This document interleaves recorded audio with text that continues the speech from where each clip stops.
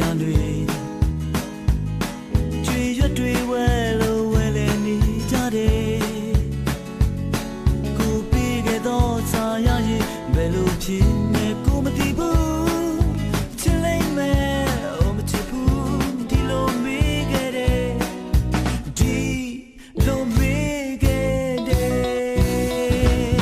ချစ်စနာပဲပန်းတွေကြားမှာတီးစရာဖြစ်ရှိမယ်ကိုချစ်ကို